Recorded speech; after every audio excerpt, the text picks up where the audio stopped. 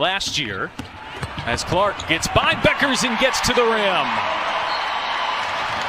Downhill. Hello guys, welcome back to the channel. We gotta talk about this because the more I watch Caitlin Clark play, the more convinced I become that people still do not fully understand how dominant she already is. Everybody keeps obsessing over the three-point shot, talking about percentages, talking about whether the logo threes are falling, but meanwhile, she is absolutely destroying teams inside 5 feet. Honestly, that part of her game might be even scarier right now. Think about it. You got a 6-foot guard attacking the paint against bigger defenders, going right into the trees, and she's finishing anyway. Little floaters, finger rolls, reverse layups, hesitation moves. She's controlling the entire pace when she gets downhill. Defenders look uncomfortable because they don't know if she's about to score or throw a dime to a teammate. That's what elite players do. Even when the outside shot is not fully there, Caitlin Clark still controls the game. Now, I will say this again because I keep noticing it every single game. When Stephanie White allows this team to run in transition, the Indiana Fever look dangerous. They looked explosive in that first quarter. The ball was moving fast, Caitlin Clark was pushing the tempo, everybody looked aggressive, and the offense actually had rhythm. But then, the second quarter hits, and suddenly everything slows down. Now we're standing around, making 15 or 20 passes, draining the shot clock, and killing momentum. I'm sorry, but I cannot stand that kind of basketball. You have a generational playmaker in Caitlin Clark. Put the ball in her hands and let her create. It really is that simple. She sees the floor better than almost everybody in the league already. And then we got Lisa Leslie stepping into the conversation, and wow, she did not sugarcoat anything. Lisa Leslie basically said what a lot of people have been thinking for months. If a WNBA general manager is choosing Paige Bueckers over Caitlin Clark to build a franchise around, that general manager better start preparing another career path. That's how strongly she feels about it. Lisa Leslie went on ESPN with Stephen A. Smith and completely kept it real. And honestly, it was refreshing to hear a WNBA legend finally say publicly what fans have been screaming online forever. The WNBA has a megastar sitting right in front of them in Caitlin Clark, and somehow the league still feels like it's fumbling the moment. That's the crazy part. We are talking about a player bringing massive ratings, sold-out arenas, national attention, and non-stop conversation to women's basketball. Players like this do not come around often. Lisa Leslie saw it, Stephen A. Smith saw it, and now the rest of the basketball world is starting to see it too. Before the season started, WNBA GM selected Paige Bueckers as a player they would most like to start a franchise with. What's your reaction to that? Well, all those GMs probably going to get fired because this is a money business, and the money is about Caitlin Clark, who is the player who has made, never in the history of the WNBA have we had a player force teams to get into larger arenas. I've never seen that happen. And so if you're the GM, you're obviously supposed to be bringing in money. That's revenue. Right. I'm going with Caitlin Clark. What do you think, Steve? Of course, I've been saying Caitlin Clark. Rising tide lifts all boats. Whether people want to admit it or not, this is just reality at this point. Caitlin Clark has completely changed the financial direction of the WNBA. She brought attention, ratings, sold-out arenas, merchandise sales, television interest, all of it. There is no player in the league right now generating the kind of movement and energy that Caitlin Clark is generating. That is simply a fact. And because of that, everybody is benefiting.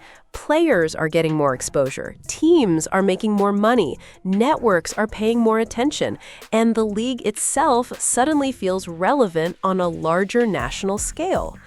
Caitlin Clark became the rising tide that lifted every single boat in this league. But I also think there's another reason some people inside the WNBA feel uncomfortable with all of this. It's not just the money, it's the accountability. Caitlin Clark has one of the biggest and most passionate fan bases in sports right now, and that fan base watches everything. They question coaching decisions, front office moves, draft picks, rotations, free agency decisions.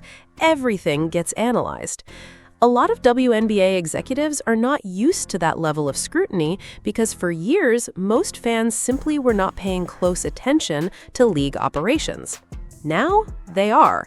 And honestly, some people do not like being held accountable publicly every single night. That's also why comparisons to Paige Bueckers keep coming up. Paige Bueckers is a great player, but right now, she simply does not bring the same level of attention, pressure, or influence that Caitlin Clark brings to the league. As we look at the WNBA, we know there's a lot of great players that preceded Caitlin Clark, that paved the way for the Caitlin Clarks, and they're to be respected and appreciated and all of this other stuff. But I was one of those people that felt Caitlin Clark should have been on Team USA. I was thinking about the profile of women's basketball. Anything that could uplift the profile and give more notoriety and more shine to women basketball players everywhere, it would help the sport. Was I wrong in thinking like that about Caitlin Clark and how she should have been on Team USA? I don't think you were wrong. And if we roll back some of the tweets back when I said it, I don't know how we left the country without her. I said that because I felt like she is a game changer. She's moved the game and the needle in a way that we had not seen in women's basketball before. I thought she not necessarily earned a spot. Correct. But deserved to be there. And Right. then, it's part of it is political. You get to pick whoever you want, but they chose to take Diana Taurasi, who got her 6th gold medal. Shout out to Diana Taurasi. I love D. Greatest. But I will say that I thought Caitlin Clark should have been on that team. Okay. Absolutely. Sports is a business. You're talking about multi-million-dollar businesses. Yeah, even in the WNBA. Lisa Leslie said the quiet part out loud, which honestly should not even be quiet anymore. Caitlin Clark is the one driving the money into this league right now. She is the biggest draw in the WNBA. And if the league is not careful, they could eventually mess that up because we are already starting to see. Absolutely. Sports is a business. You're talking about multi-million-dollar businesses. Yeah, even in the WNBA. Lisa Leslie said the quiet part out loud, which honestly should not even be quiet anymore. Caitlin Clark is the one driving the money into this league right now. She is the biggest draw in the WNBA. And if the league is not careful, they could eventually mess that up because we are already starting to see concerns pop up with ticket prices, ratings conversations, and overall offensive play styles. A lot of fans have specifically pointed towards Stephanie White's offense and how slow things can get at times. But regardless, Lisa Leslie is right. This is a business, and Caitlin Clark is the moneymaker. The league just secured a new CBA environment, partly because of the massive attention Caitlin Clark brought to women's basketball. There are now million-dollar players in this league, and honestly, when you watch some of them, you might question whether they deserve that kind of money. But the financial growth is happening largely because of what Caitlin Clark has done for the business side of the WNBA. And look, I've said this before, a rising tide lifts all boats. That's exactly what happened here. In fairness to Lisa Leslie, she was also one of the loudest voices supporting Caitlin Clark making Team USA for the 2024 Summer Olympics. She openly said she could not believe Team USA left Caitlin Clark off the roster. Now, if we're talking strictly basketball reasons for starting a franchise, there are still people who would take A'ja Wilson because she's still in her prime and one of the most dominant players in the world. That's fair. But when you compare Caitlin Clark and Paige Bueckers, it cannot only be about basketball. Marketing matters too. Fan engagement matters too.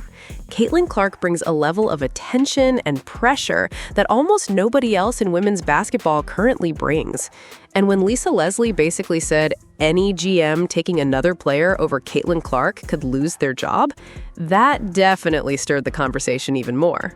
Then you get into hypothetical trade discussions involving the Indiana Fever and the Dallas Wings, and honestly, that's where things become really complicated, because the reaction from fans would probably be massive either way. Get down in the comments and let me know what you think about what Lisa Leslie said in terms of these GMs. She basically said they should be fired because they don't know what the hell they're talking about and all of that good stuff. Get down in the comments and let me know what you think. Make sure you like, comment, subscribe, and share.